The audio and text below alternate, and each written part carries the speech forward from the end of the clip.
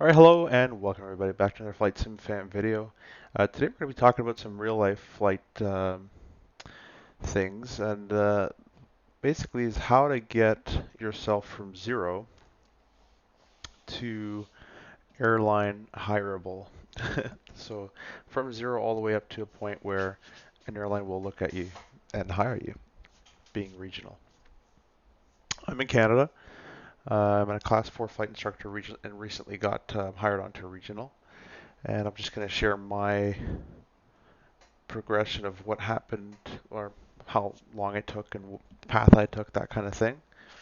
And I'll go on make it on Paint 3D and we'll draw out where everyone is going to start. So again, this is more based in Canada, but generally the layout's probably around the same for the States, but the hours might differ here and there. So everyone starts off. I'm going to go like this. You can still see the Concorde because I like that now. Okay, we'll do that. Anyways, everyone starts off with the PPL. It's the first license you're going to want to get. This is the private pilot license. And what this private pilot license allows you to do is it allows you to fly not for private jets, but just private as, and you can think of it as a car driving license. Same kind of thing. You have your plane license for a single engine light aircraft that you can take, you can rent, you can buy one, um, and you can take you and a couple friends and go get some burgers and come back or do whatever you want with your own airplane. Go to the States, come back, whatever you like.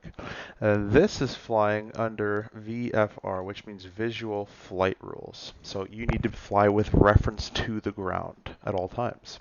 No in-cloud flying, no bad weather flying, that kind of thing. So the PPL is the first step, and it'll cost usually between $12,000 and $16,000. The reason the range is so wide there, could be more than 16, is because depending where you get training, the costs will be different. If you're in downtown Toronto, it'll probably be different than Alberta or something like that, or never trained out there. But so I'm just giving a range.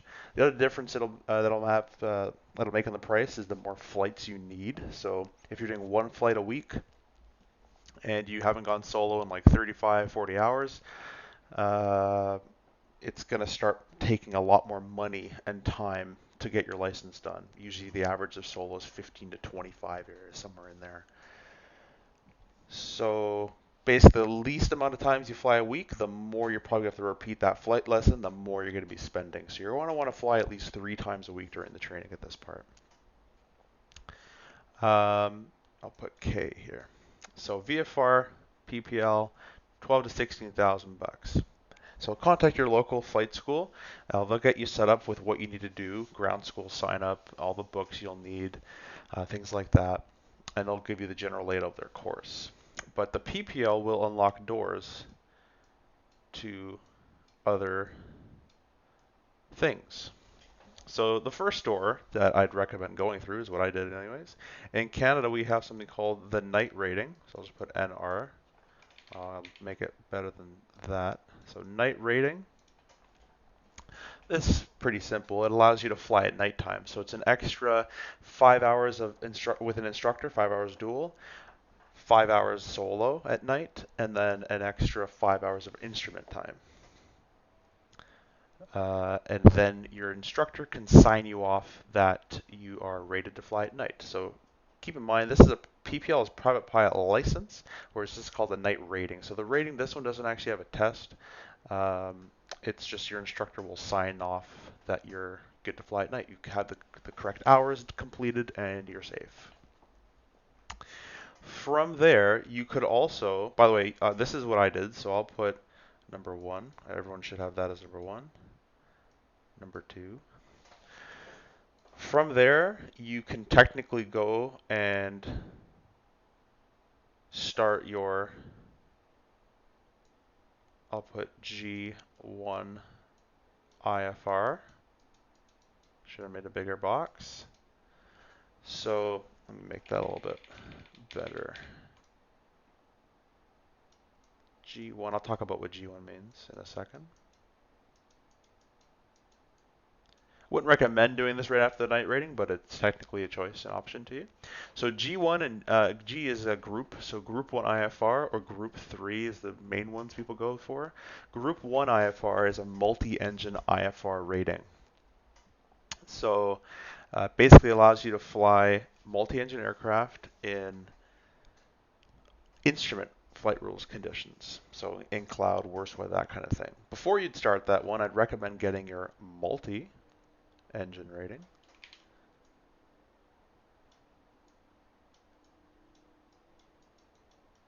Okay, and then I'd probably do the group 1 out of that. I don't know why I have this. Don't worry about that. That line doesn't count. Those are the three kind of paths you can go to. I did PPL, then night rating, and then I did my multi, and then I did the box up here that I'm about to draw, which is CPL, Commercial Pilot License. I'll talk about that in a second. That was number 4. And the last on the list, in this at least, was the Group 1 IFR. So I got my private pilot license, allows me to fly visual with reference to the ground. Then I got my night rating, allows me to fly solo at night, take passengers, that kind of thing. Then I got my multi-engine rating, which is about 7 flights. This will probably cost you, because the airplane just costs more, it's about $500 an hour at some places.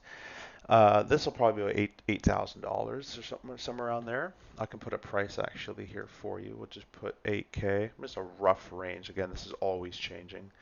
Night rating, that's about 10. No, it can't be that much. It's probably about 6K, somewhere around there. Group 1 IFR is pretty pricey because of the multi-engine aspect in there. And the commercial is probably around there, 20K. The reason is there's a lot of hour building that I'm kind of incorporating in the commercial license as well. So you got VFR at the bottom, visual flight rules, able to fly at nighttime, able to fly visual flight rules in a multi-engine airplane at nighttime as well.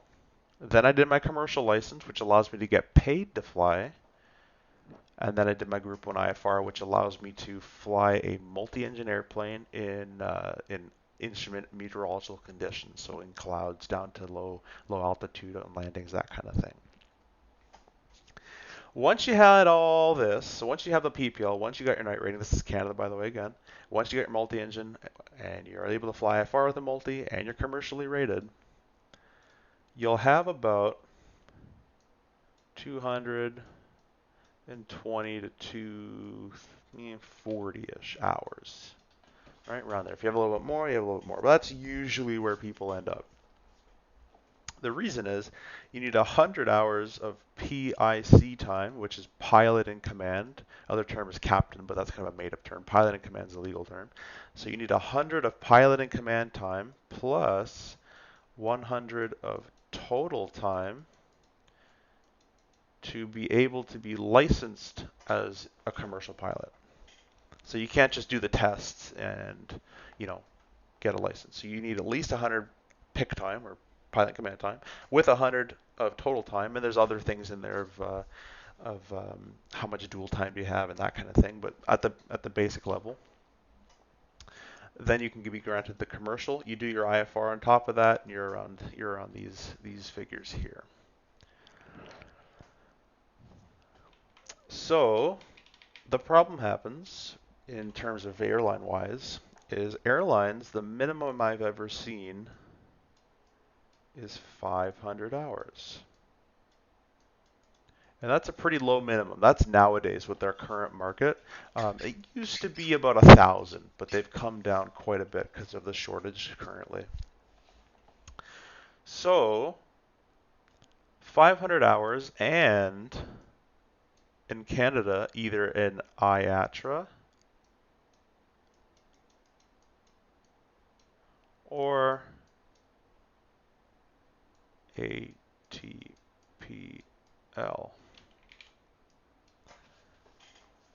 Okay, now my handwriting and my Paint 3D writing aren't good, but hopefully that's what it is. So for an airline, you'll need a 500 hours minimum, depending on which one you choose. Some of them are higher.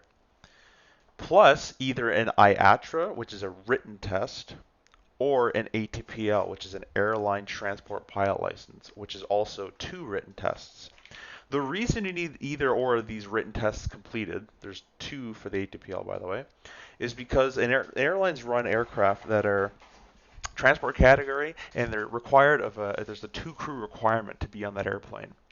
So if you want to act as a first officer, you can't just have aircraft time. You need these extra exams written, either the IATRA or the ATPL's written.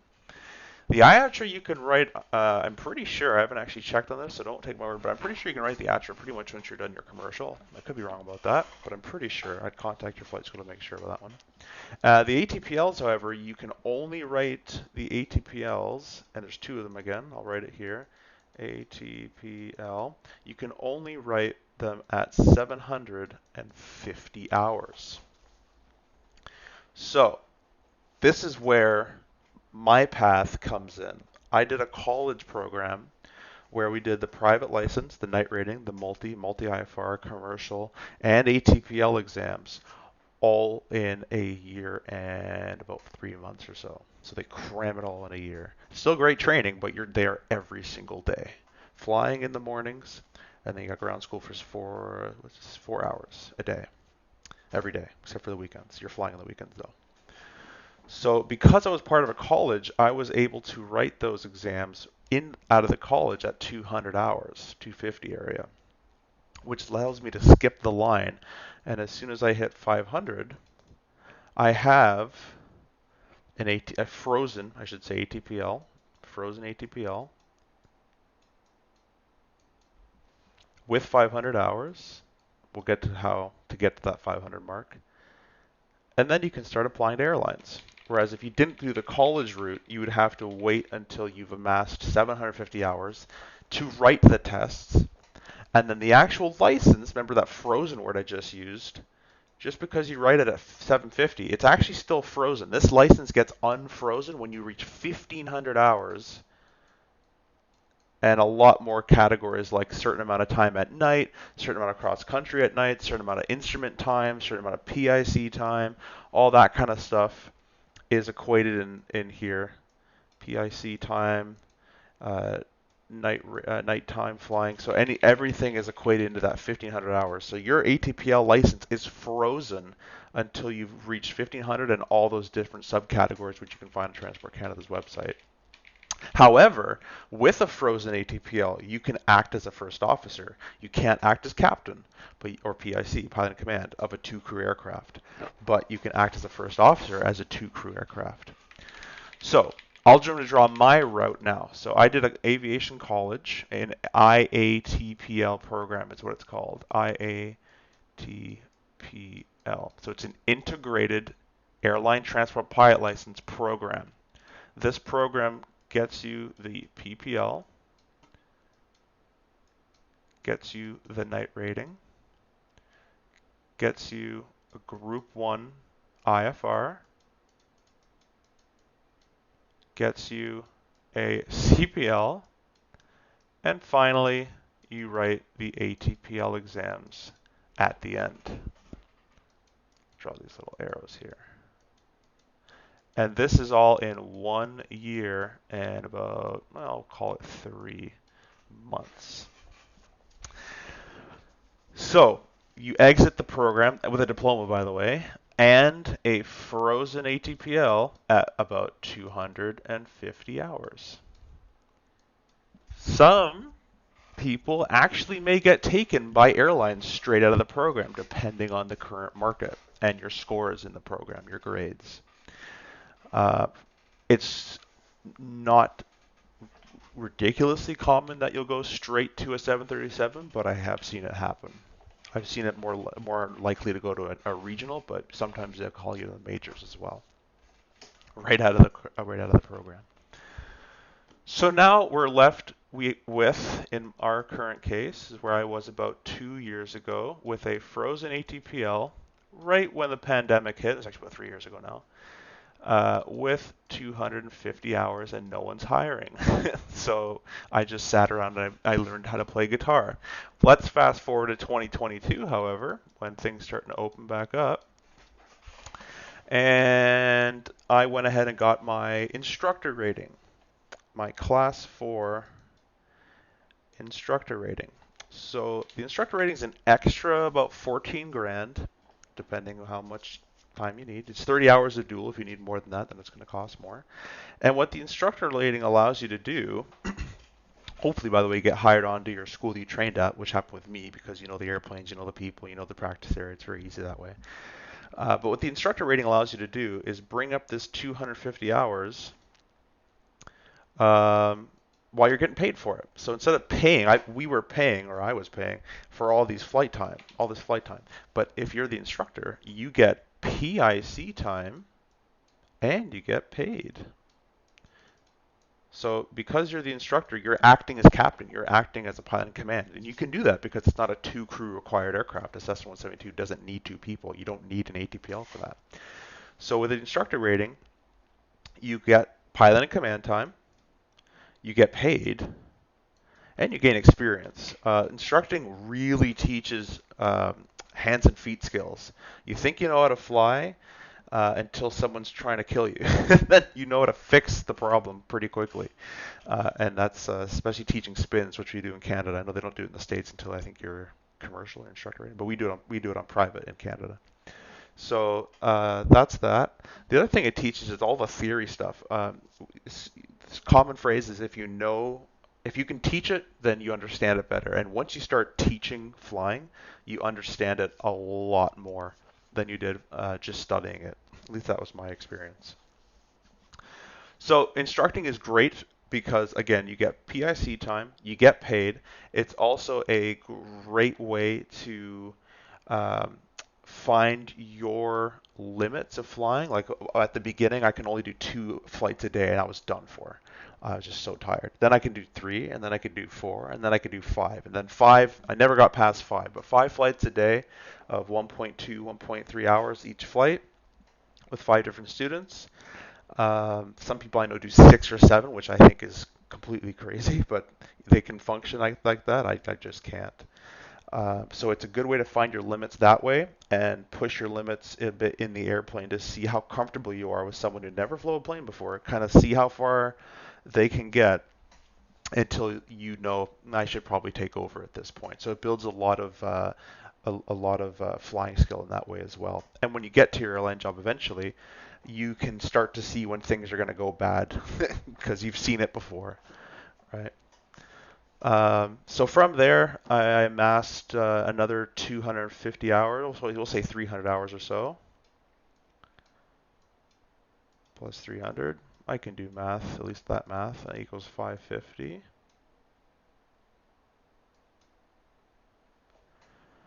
Hours.